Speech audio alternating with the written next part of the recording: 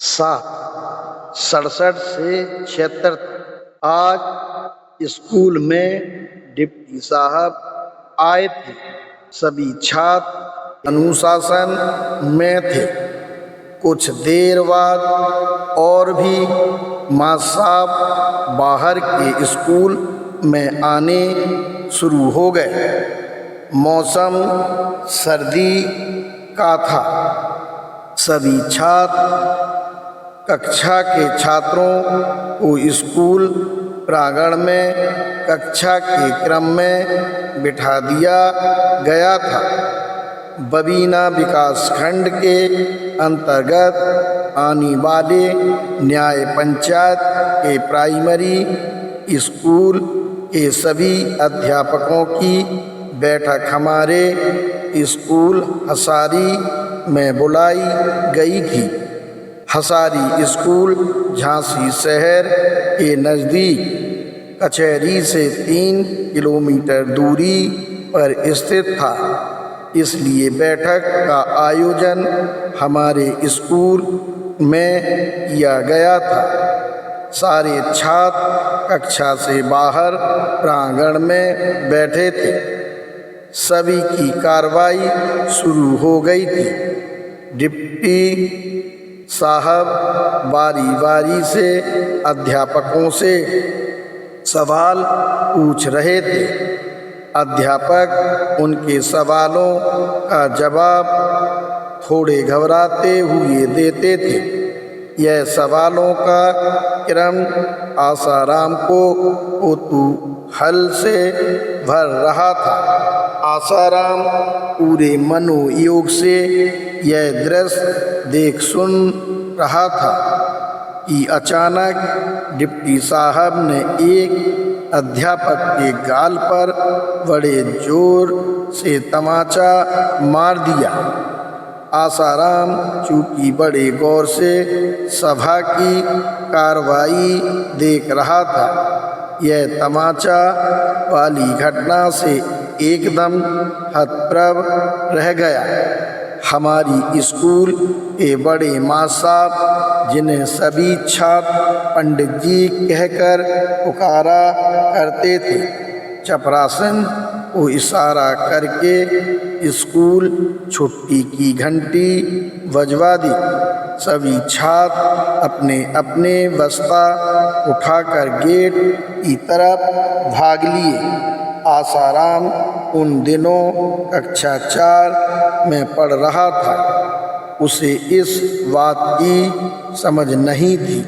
आसाराम ने डिप्टी साहब के द्वारा पीटे गए अध्यापक के बारे में रास्ते भर कहना शुरू कर दिया कि डिप्टी साहब ने एक मास्टर साहब के गाल पर तमाचा मार दिया। यह खबर आग की तरह हसारी वालटोली के गांव में फैल गई। दूसरे दिन जब स्कूल खुला तो पंडित जी ने यह जानना चाहा कि अध्यापक के तमाचे वाली घटना की खबर इसके द्वारा प्रचारित की गई है।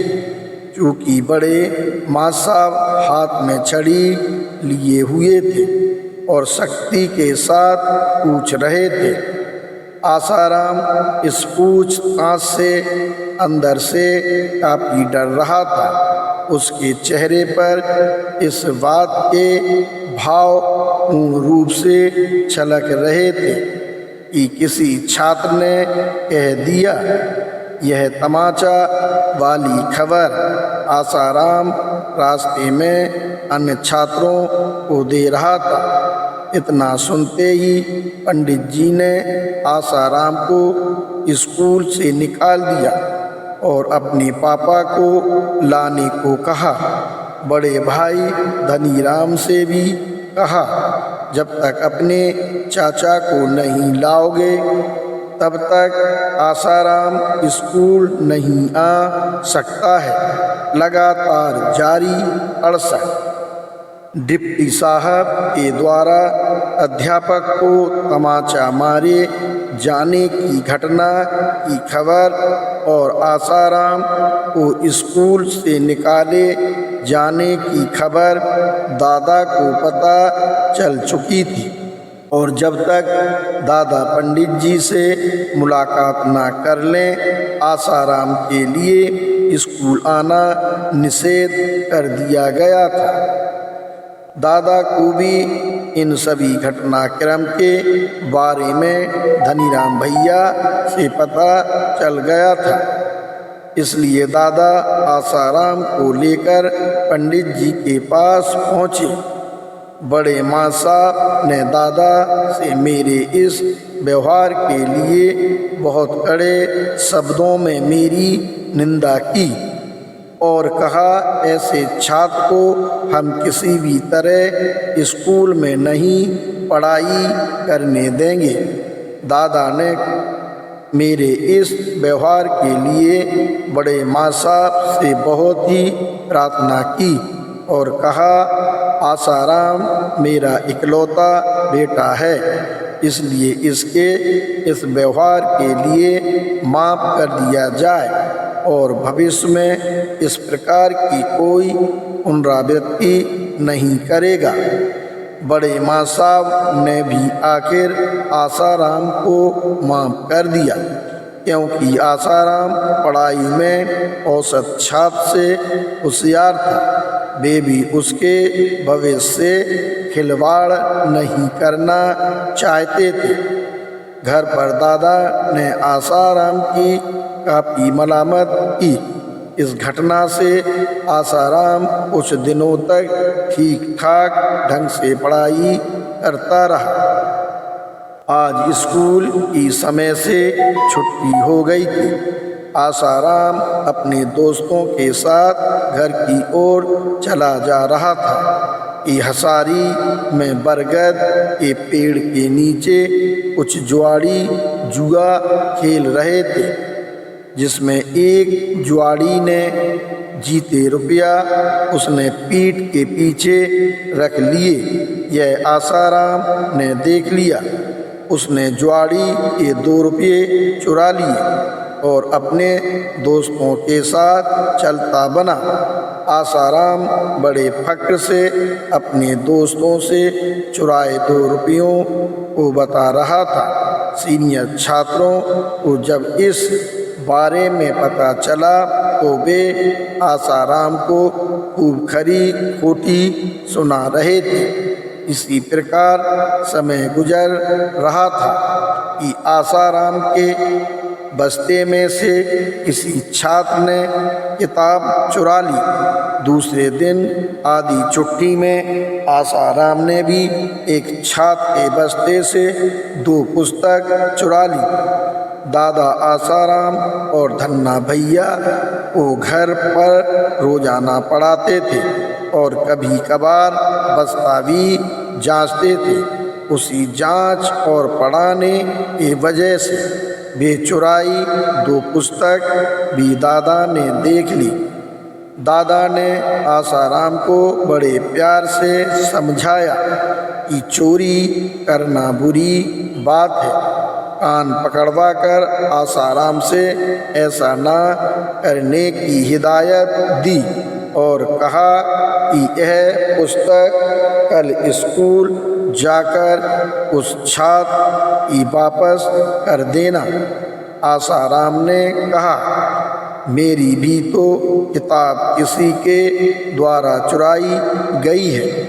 दादा ने समझाया चोरी के बदले में चोरी करना भी बुरी बात है। अगले दिन आसाराम ने दोनों पुस्तकों को कक्षा में एक कोने में छात्रों की नज़र बचाकर रख दी, जो संबंधित छात्र को मिल गई। लगातार जारी उन्नत आज जैसे ही हमारी ग्वालटोली के पार्टी स्कूल पहुंची, बड़े माँ साहब ने आसाराम को नेता नाम से संबोधित किया। आइए हमारे स्कूल के नेताजी कारण डिप्टी साहब वाली घटना को पत्ते पर धरकर उड़ाना, और आज राजेश खन्ना कट में बंद गले का सफ़ेद कुर्ता पहनना। सभी लड़के बड़े माँ साहब की बात सुनकर हंस दिए। मेरा चेहरा भी अपने लिए नेता शब्द सुनकर हतप्रभ रह गया। बड़े माँ साहब गणित में बहुत ही अच्छे थे। वे कोर्स में अंकित सभी अभ्यास मालाएं हल कराते थे।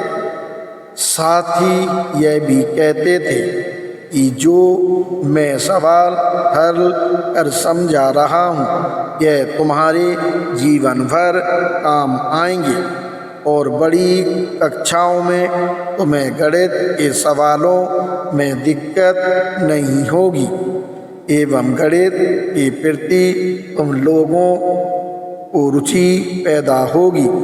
आसाराम यह बातें बहुत ही चाव से आत्मसात कर रहा था। उसे अपने बड़े माँ साहब के लिए श्रद्धा के भाव उत्पन्न हो रहे थे।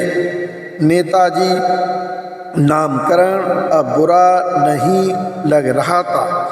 माँ साहब कह रहे थे, अपने अपने मोहल्लों के मेरे पढ़ाए ऊंची कक्षाओं के छात्रों से पूछो वे कैसे झांसी शहर के स्कूलों में मेरा माता पिता का और स्वयं अपना नाम रोशन कर रहे हैं।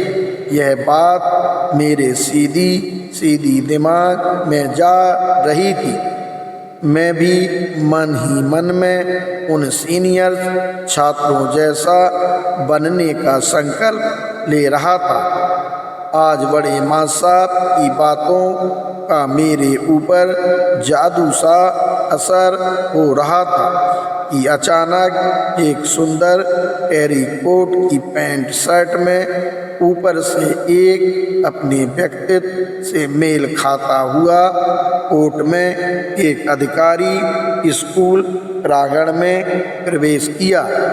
उसी के साथ वह लंबी अधेड़ उम्र की महिला प्रधान श्री नारायण सिंह यादव गोरे चट्टे भी प्रवेश किए। उस महिला ने आदत अनुसार स्कूल की छुट्टी की घंटी बजानी चाहिए, जिसे प्रधान जी ने रोक दिया।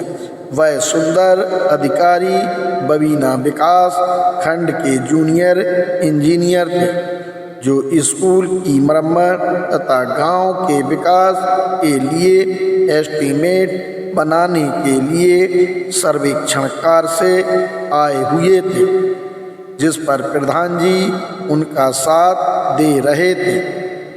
आगे लगातार जारी सत्र। एक हफ्ते बाद हसारी से ग्वालटोली वाला एक लौता रास्ता जो भयंकर कीचड़ से भरा रहता था। इस रास्ते के दोनों तरफ बनी हुई कुछ कच्ची कुछ पक्की ईंट की बनी दीवारों को पकड़ पकड़ कर स्कूल जाते थे। कभी कभार किसी शैतान छात्र के धक्का लग जाने से उस कीचड़ में गिर जाना आम बात थी। किसी तरह से स्थानीय निवासियों से अनुरोध कर पैर धोने के लिए पानी मिल पाता था, क्योंकि उन दिनों सरकारी पाइपलाइन तो आ चुकी थी। शहर का नज़दीक गांव होने के कारण नल कुछ ही स्थानों पर लगे थे, जिसमें हमारे मोहल्ले में आसाराम के घर के सामने ही इमलियों के पेड़ के नीचे लगा था, जिसका सीमेंट का पक्का चबूतरा अच्छी गुणवत्ता का बना था, जिसमें सुबह शाम निर्धारित समय पर पानी आता था, जिस पर आदि ग्वालटोली के स्त्री पुरुष पानी भरने आते थे, तो जल का बड़ा अभाव रहता था। इस प्रकार बड़ी मुश्किल से पैर धुलने को पानी मिल पाता था, और आज जब इस नर्क से छुटकारा मिलने के लिए इंजीनियर द्वारा काम कराया जा रहा था, सबसे पहले स्टोन डस्ट से पूरे कीचड़ में एक मोटी परत बिछा दी गई थी। उसके बाद निकास नालियों को रास्ते के दोनों ओर की दीवारों से सटकर बनाई जा रही थी। क्रॉस नाली का भी एस्टीमेट में प्रावधान किया गया था, जो 2-4 जगह बनाई जा रही थी, जिसके टॉप पर स्लैब का भी निर्माण कार्य हो रहा था, जो अलग ढाली जा रही थी, जिसमें सरिया लोहे की छड़ें एक बेहतरीन ढंग से डाली जा रही थी। इस काम का मैं जितना भी वर्णन करूं वह कम होगा, क्योंकि इंजीनियर साहब द्वारा नर्क से गांव वासियों को छुटकारा दिलाया जा रहा था। वहीं पर कुछ लोग कानाफूसी कर रहे थे कि सरकार से 20,000 रुपये प्रधान के पास आए थे, जो प्रधान द्वारा हजम कर लिए हैं, परंतु मेरे बाल मन पर इन बातों का कोई असर नहीं हो रहा था। मैं तो सकारात्मक पक्ष लिए हुए अपने सहपाठियों से कह रहा था, बकवास यह बातें, फिलहाल इतना सोचो कि प्रधान द्वारा नरक से छुटकारा मिल रहा है, जो हमारे लिए स्वर्ग के वरदान से कम नहीं है। किंतु मेरी सकारात्मक बातों का किसी पर असर नहीं हो रहा था, उलट मुझे ही मूर्ख ना समझदार घोषित किया जा रहा था। यह सारा घटनाक्रम बड़े मासाब तक पहुंच गया। मैंने अपना तर्क सकारात्मकता का पक्ष लेकर रखा, जिसमें बड़े मां साहब ने मुझे बढ़िया नेता कहा। आगे लगातार जारी 71। आज कीचड़ भरे रास्ते में कट स्टोन का खड़ंजा लग चुका था, जिसके ज्वाइंट में बालू सीमेंट का मसाला भरा जा चुका था। क्रॉस ड्रेन पर ढाली गई आरसीसी स्लैब डाली जा चुकी थी। हम सभी हर्राटा मारते हुए तेज गति से स्कूल की ओर जा रहे थे। आज कक्षा 4 के सालाना इम्तिहान के परिणाम आने वाले थे, जिसमें कक्षा 5 में आने की मुझ में गहरी उत्कंठा हो रही थी। मेरे पैर जमीन पर नहीं चल रहे थे। मैं स्कूल के लिए एक नव निर्मित रास्ते पर भागा चला जा रहा था।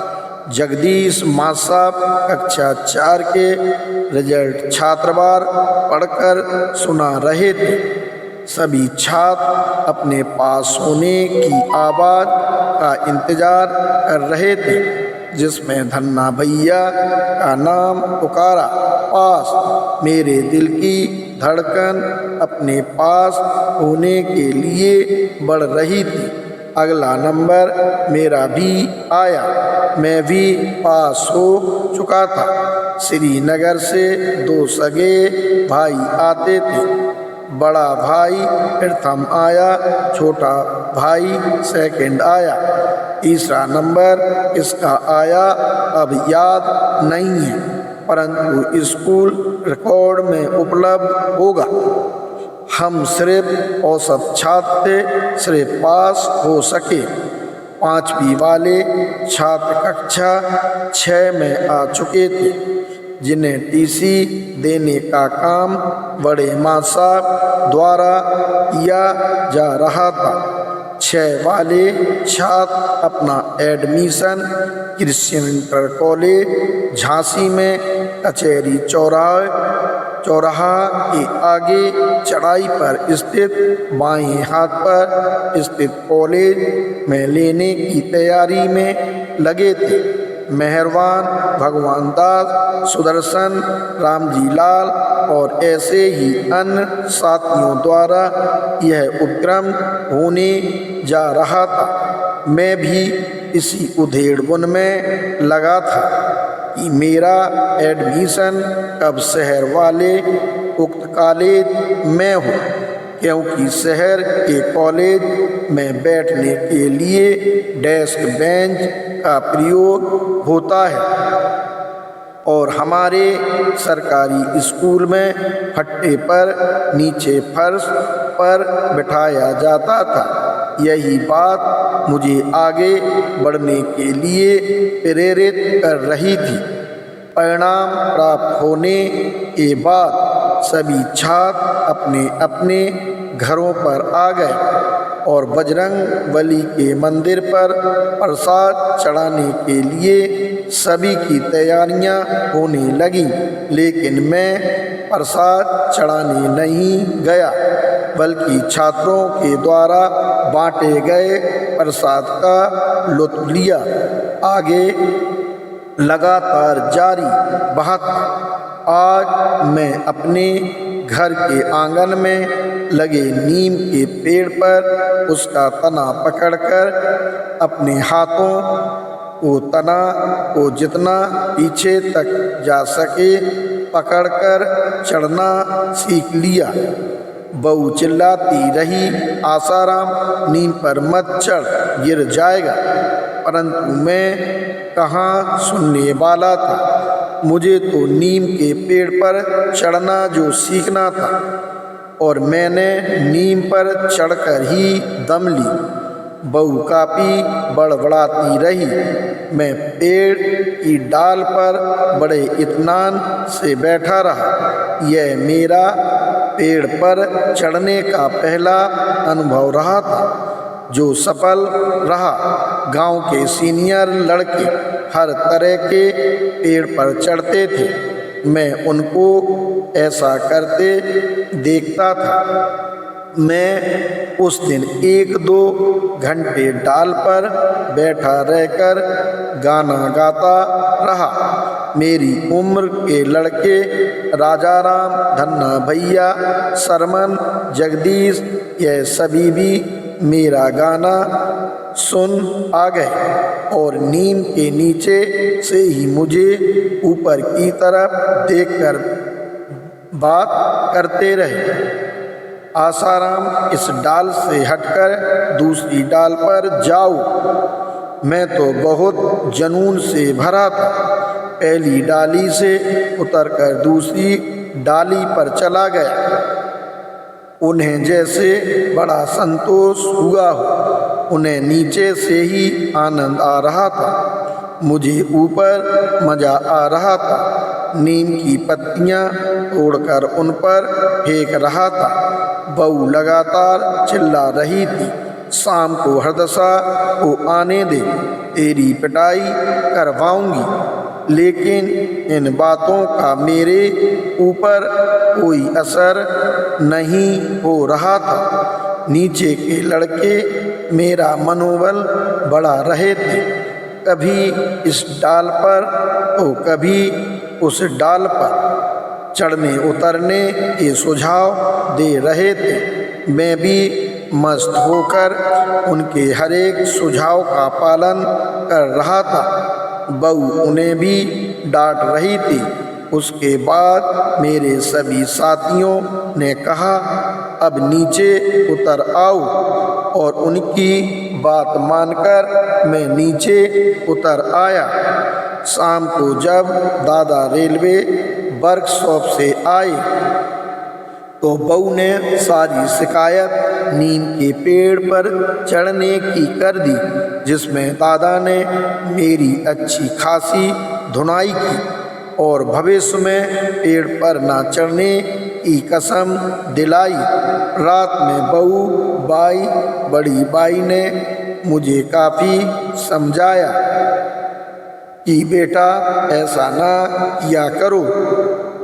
तुम अपने माँ बाप के इकलौते बेटे हो, पेड़ से गिर जाओगे तो तुम्हारे हाथ पैर टूट सकते हैं। यहाँ तक उन्होंने समझाया कि फला फला पेड़ से गिर गए थे, उनकी जान तक चली गई थी।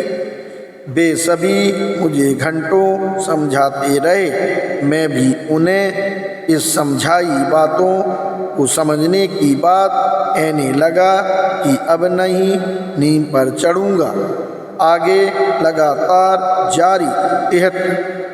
आज बड़ी बुआ, छोटी बुआ और उनके उम्र की 5-6 सहेलियाँ काली मिट्टी से घर की दीवार पर सुआटा बना रही थी।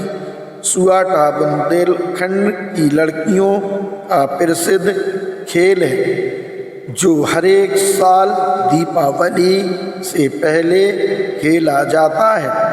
यह करीब 7 या 9 दिन तक खेले जाने वाला त्योहार है।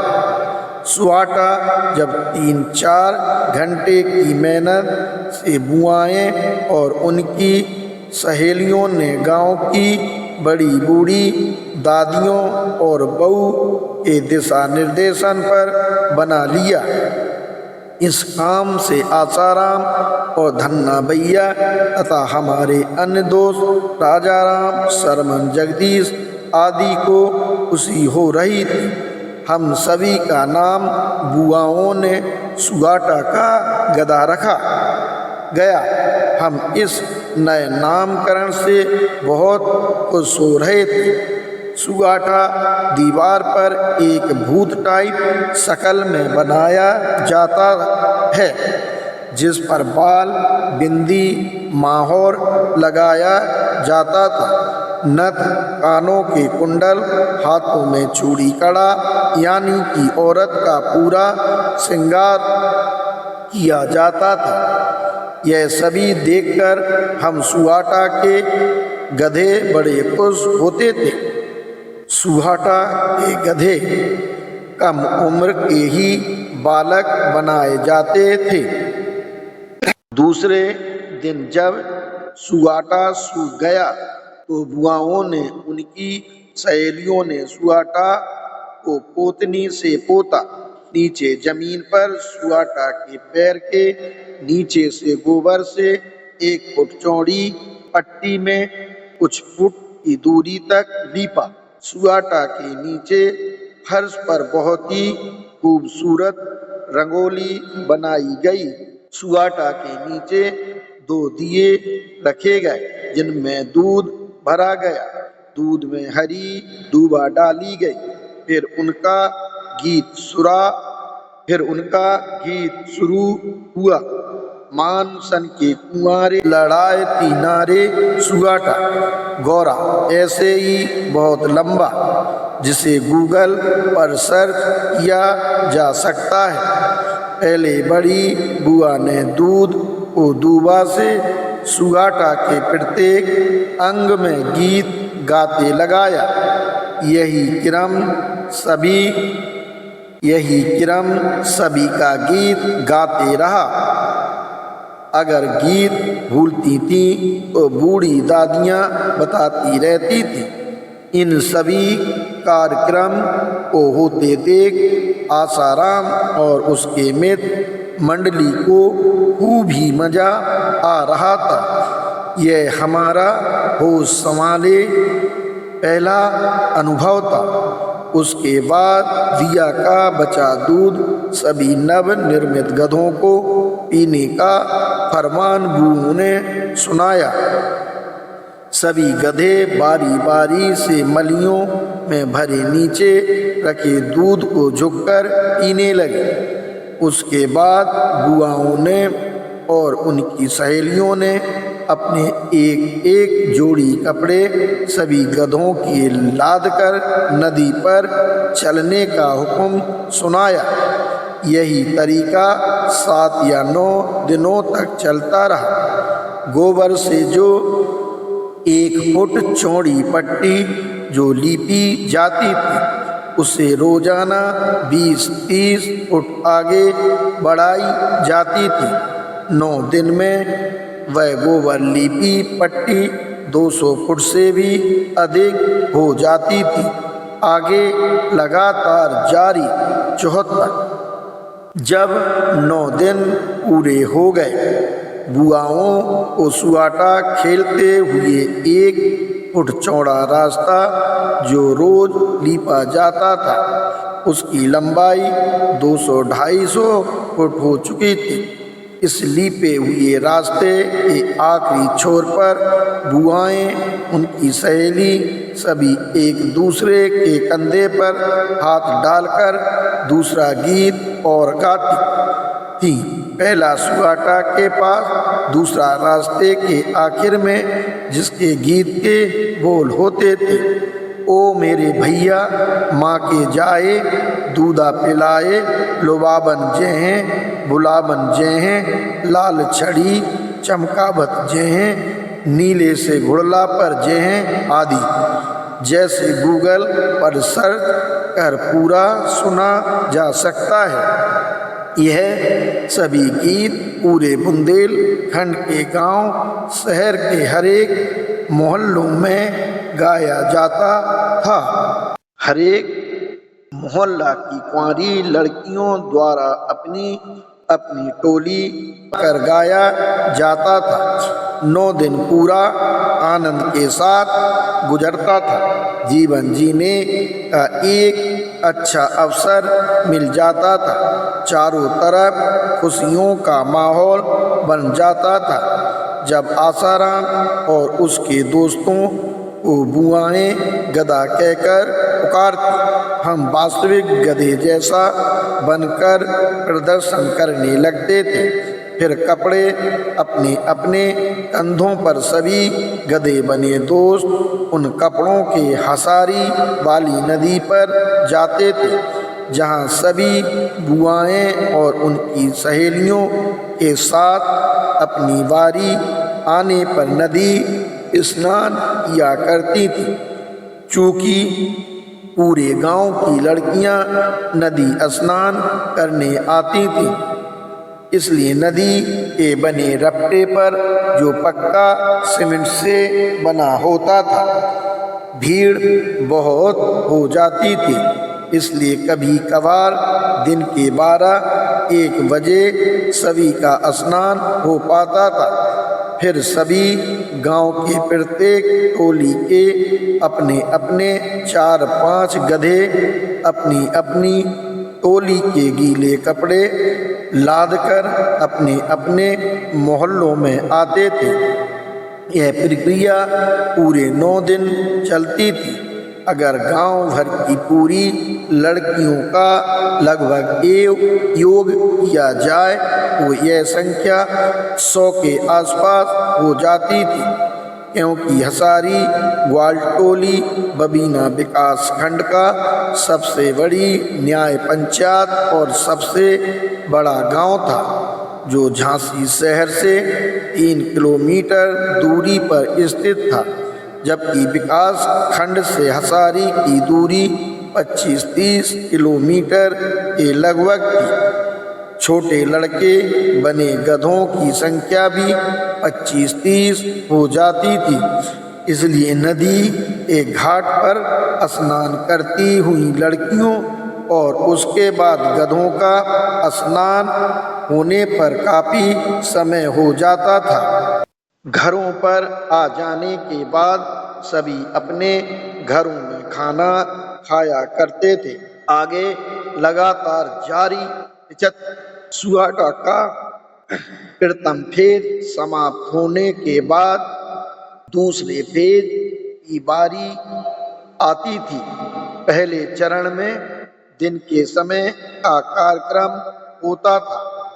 उरइयों में धूप सेकना में यह हो जाता था। दूसरे चरण में सुआटा का विस्तार है और उनकी सहेलियां बुजुर्ग दादियों और ताई चाचियों के मार्गदर्शन में एक पक्का घेला मिट्टी के मटके का छोटा आकार दुकान से मंगाया जाता था। उस घेला में छोटे छोटे कई छेद बीच के भाग से शुरू होकर घेला के मुंह से नीचे तक किए जाते थे। फिर मटके में एक मलिया में खाने वाला तेल भरकर पाले की बाती बनाकर चौमुखी दीपक जलाकर छेद युक्त घेले की तली में रखा जाता था। जब रात में 7 बजे के बाद किया जाता था। अंधेरी रात में घेले को एक लड़की के सिर पर रख दिया जाता था। यह मनोरम दृश्य देखने लायक होता था। आसाराम ने यह पहली बार देखा। घेले के छोटे छेदों से बाहर की तरफ दूर फिकती रोशनी मन में मानो सैकड़ों आशा के दीप प्रज्वलित कर देती थी। यह रोशनी जब सफ़ेद कलई से पुती दीवारों पर पड़ती थी तो मन को हर्षोल्लास से भर देती थी। इसका वर्णन पूरा करना यहाँ उचित नहीं होगा, इसे एहसास करने की ज़रूरत है। फिर बुआओं की टोली उनकी सहेली सहित पूरे गांव में घूमने के लिए तैयार हो जाती थी। इस खेल को बुंदेलखंड में ढिड़िया कहा जाता है। जब ढिड़िया की टोली किसी घर के मुख्य दरवाजे के सामने जाती तो ढिड़िया के गीत टोली द्वारा शुरू कर दिया जाता था, जिसके गीत के बोल इस प्रकार हैं। ऊंचत ऊंचत आए हैं नारे सुआटा आदि। इस गीत को गूगल बाबा से सर्च किया जा सकता है। ढिड़िया वाली लड़कियों का दरवाजे बालों का सारा परिवार गीत बड़े चाव से सुनता था और आगे भी इसी कड़ी के अन्य गीत गाने की फरमाइश करता था। उसके बाद दरवाजे वाले कुछ गिफ्ट दे देते थे। गिफ्ट में पैसा, आटा, दाल, चावल इत्यादि होता था। यह तरीका हर गांव के दरवाजे पर दोहराया जाता था। हर घर से कुछ ना कुछ गिफ्ट भेंट की जाती थी। घेले का तेल दीपक मंद पड़ने पर डाल दिया जाता था। घेले को बारी बारी से सभी लड़कियां अपने सिरों पर रखती थीं। कभी कभार दूसरी ढिड़िया की लड़कियां भी अपनी टोली के साथ किसी दरवाजे पर आमने सामने आ जाती थी। तब गीत के बोल युद्धात्मक हो जाते थे, जैसे ढिड़िया में ढिड़िया मिली, ढिड़िया वाली 100 आदि। गूगल सर्च कर पूरा सुना जा सकता है। जब ढिड़िया पूरे गांव में गीत गा गा कर घूमती है और अन्य ढिड़िया से सामना होने पर जो द्वंद्व गीत की भाषा में होता है वह देखने लायक होता है। यूँ समझिए आसाराम और उसके दोस्तों को जो उनके गधे बने थे बहुत ही आश्चर्यचकित मनोरंजित हो जाते थे। पूरा गांव भ्रमण करने के बाद सभी अपने घरों पर आ जाते थे। आसाराम के ग्वालटोली वाले इमलियों के पेड़ के रास्ते वाले आधा कच्चा आधा पक्का घर के मुख्य दरवाजे पर बड़ा पक्का चबूतरा था। इसी चबूतरे से हमारे मोहल्ले का सुआटा ढिड़िया वाला खेल शुरू किया जाता था। यहीं पर रोजाना समाप्त किया जाता था। आधे कच्चा आधे पक्के बकरी मकान से आशय यह है कि दीवारें पक्के ईंट मिट्टी के गारे से निर्मित और छत कार लकड़ियों एवं नरियों खपरेल से निर्मित। आगे लगातार जारी 76। डिड़िया मांगने के खेल के दौरान ही आसाराम और उसके साथियों ने देखा कि कुछ सीनियर लड़के भी अपनी टोली बनाकर टेसू लिए गांव के घरों के सामने टेसू के डायलॉग बोल रहे हैं। टेसू बांस के पतली फंटी के सहारे 3 पाए रस्सी से कसके बांधकर लपेटकर बनाया गया था, जिसके नीचे की ओर 3 पैर बनाए गए थे और ऊपर की ओर 3 मुंह बनाए गए थे। मुंह पर मूछें दाढ़ी भी बनाई गई थी। यह सभी बांस की 3 फंटियों से बनाया गया था।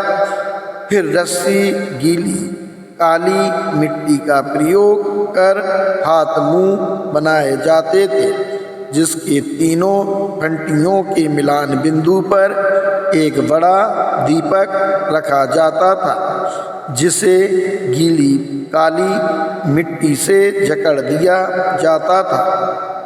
फिर धूप में सुखाने के बाद उसे तरह तरह के रंगों से रंग दिया जाता था। ऐसा टेसू मैंने पहली बार देखा। सीनियर लोग की टोली में हमारे मोहल्ले के निम्न साथी थे: दशरथ, हरगोविंद, किशोरी, देवी दयाल, कल्लू। जब यह सभी आसाराम के घर के सामने टेसू लेकर आए तो टेसू पर रखा दीपक तेल से भरा था। मैं चारों तरफ रुई की बत्तियां रखी थी और वे रात के अंधेरे में जल रही थी। इनकी भी रोशनी जब पुती दीवारों पर टकराती थी तो देखकर हम छोटे बच्चों को काफी आनंद से भर देती थी। फिर टेसू को घर के दरवाजे के सामने या घर के आंगन में रखकर टेसू के डायलॉग बोले जाते थे। डायलॉग एक लड़का बोलता था, बाकी सभी लड़के डायलॉग दोहराते थे।